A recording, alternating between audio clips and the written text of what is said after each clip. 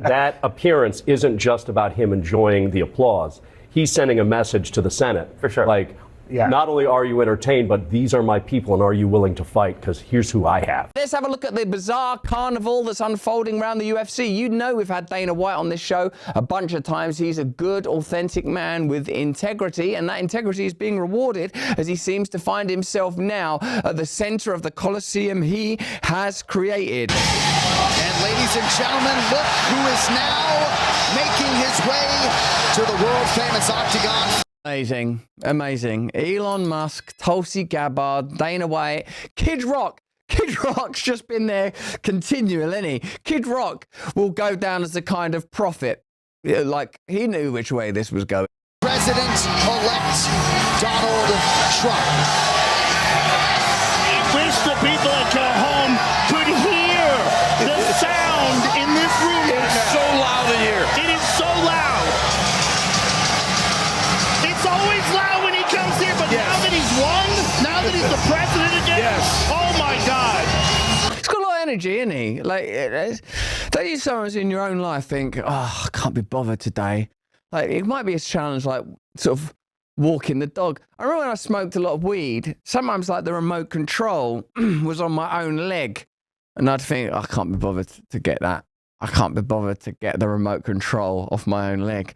Donald Trump has endured all of them court cases, the judicial system marshaled towards his destruction. Here he is seeing Joe Rogan for the first time. These are the new relationships that have formed our, I suppose, the new emergent political power comes from these relationships. Some people, if you look at X a lot, you'll see a lot of people saying, no, Donald Trump, this is just another aspect of globalism. This is just another aspect of the same old thing. Can it be, though? It seems so abrupt and different. Kamala Harris. Congratulations, sir.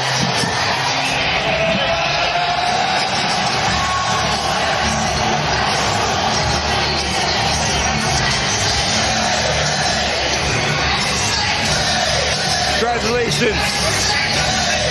Trump's handshake game, as you know, is strong. You know, some people turn your hand over in a handshake. I'm always wondering why they're doing that. You know, like some people want to do this sort of a handshake. Yeah. Some people will go like that. There's some strong handshake game there.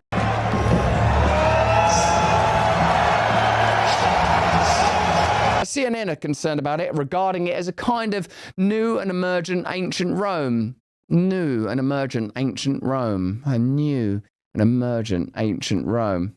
Block his. He's flooded the zone with these picks and forced Republicans to choose. And I think it's interesting to me that he brought Tulsi Gabbard and RFK Jr. to the UFC event last night. He is, frankly, giving, I think, supporter-based permission structure, and he's made these folks stars over the course of this campaign. I mean, in some ways, it's easy to view this, I think, through a different lens. Like, this is also just a person who won following through on campaign promises. Victorious X on Rumble right now just says, Rome was gay.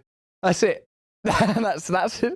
Rome was gay. It was gay, it was Rome. Bits of Rome were gay. He promised retribution, he promised vengeance, and he promised these kind of figures having prominent places in this administration, and he's delivering it. And for okay, too, bread and circuses. You know, the bread and circuses, the famous edict that as long as people got food in their belly and distractions, we'll be all right. And we sometimes look at that as abstract, don't we?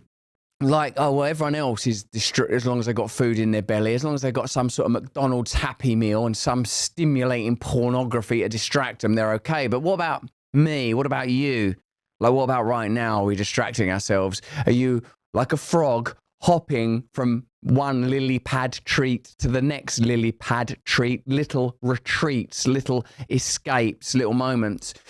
There has to be some kind of connection with eternity, doesn't there? There has to be some... You can't continually be working your way through life using your own personal bread and circuses. The metaphor of bread, as used in John's Gospel, I like the bread of life. The only bread that will fulfill you is the bread you will find in me. Like a deeper, sustaining love. All day, every day, I get distracted again and again. I get distracted from the only thing that matter are my daughters and my son and my wife, into starting thinking again, no, Hopefully, I'll get to walk out to the UFC. Then everything will be okay. I'll get a Neuralink. Places in this administration, and he's delivering it. And for a lot of those supporters, that is the point of the Trump vote. And so I don't think that's the fullness of the electorate we saw on Tuesday. I think for a lot of people, they backed Trump probably as a rejection of the administration and weren't thinking of this as an endorsement of every single thing he's talked about. But for the hardcore base, the folks he listens to the most, they voted for Trump for the purposes of RFK Jr. riling the big pharma, right? And RFK, he'd been significant in this because it's tangible and palpable. When RFK renounced his own bid and said, like, I'm going MAGA, immediately the conversation became about free speech, America's health, and war and the military-industrial complex. And all of the Kamala Harris, remember her? All of the Kamala Harris stuff, let's be unburdened from what might have been, and all of that, it started to be exposed as incredibly fragile and hollow. Remember, the Democratic Party, if they were serious about politics being the business of serving the people rather than politics being the service of corporatism and globalism, they could have had Bernie Sanders, who might have had a chance against Trump in 2016, might not have done. Reckon he probably would have done better than Hillary, but at the time they made the decision they would rather lose with Trump than win with Bernie, because with Bernie they wouldn't have been able to service the interests that they're alloyed to. And with Bobby Kennedy's there was right there in the Democratic Party. They could have gone, let's run with this guy. His voice is a bit weird and he kind of hates Big Pharma. But, you know, look at that surname, and what about these principles and leadership skills and the charisma and the ability to hold together vast tropes of knowledge on such an extraordinary scope of subjects. The fact that the Democrats are attacking him like, he's not a doctor, he's not an expert, don't let him regulate the FDA or the NIH or the CDC. What if he were in some way to oppose the interests of Big Pharma? It's astonishing, really. That was a significant moment. And for all of the garishness and vulgarity of these ring walks and the trash talks, what you're probably getting now is something, well, definitely, and by mandate, you're getting something that's in alignment with the will of the American people. Grand Canyon University, a private Christian university in Phoenix, believe that we are endowed by our Creator to life, liberty, and the pursuit of happiness from the Constitution. A Christian university, eh? GCU believe in equal opportunities and equip everyone to serve others in ways that promote human flourishing, creating, as they believe, a ripple effect of transformation. Whether your pursuit involves a bachelor's, a master's, or a doctoral degree, GCU's online and on-campus learning environments are designed to help you achieve your unique goals. Why don't you learn a bit more?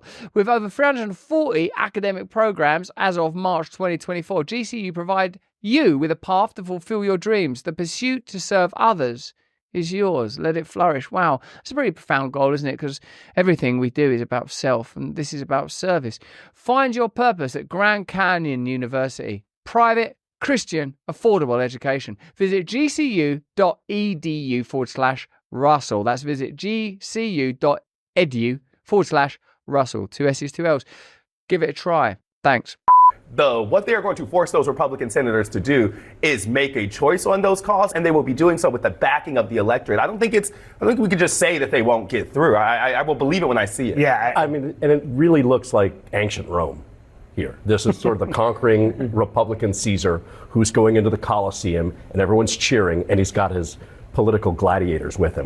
That appearance isn't just about him enjoying the applause. He's sending a message to the Senate. For sure. Like, not only are you entertained, but these are my people, and are you willing to fight? Because here's who I have. Also, he's just won a massive election, so he doesn't have to worry about that stuff no more.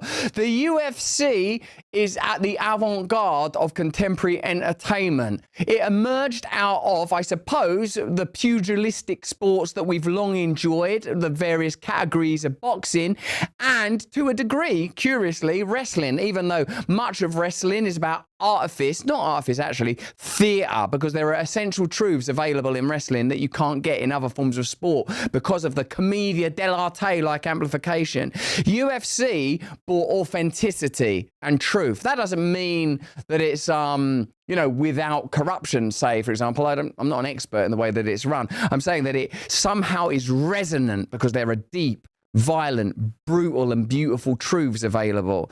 Remember that Trump was affiliated and connected to wrestling, wasn't he, as well? You know, he had all those that relationship with Vince McMahon. He would turn up and have scraps and stuff like that. We have created a culture in which a figure like Donald Trump was always going to emerge. And the culture and the bureaucracies and system became so corrupt and disgusting that I actually think, like most of you, that he is an advance upon and an improvement on the bureaucrats that were in office or are still in office right now prior to him. I never believed I would say that. I never thought that the lineage of Barack Obama would become so tainted. I never thought that we would learn that Barack Obama was himself just another stooge of the system. My own naivety has been cleansed away. The scales have fallen. Surely I yet believe that what we need are spiritual solutions, that we can't look really to politics. It's only about the management of resources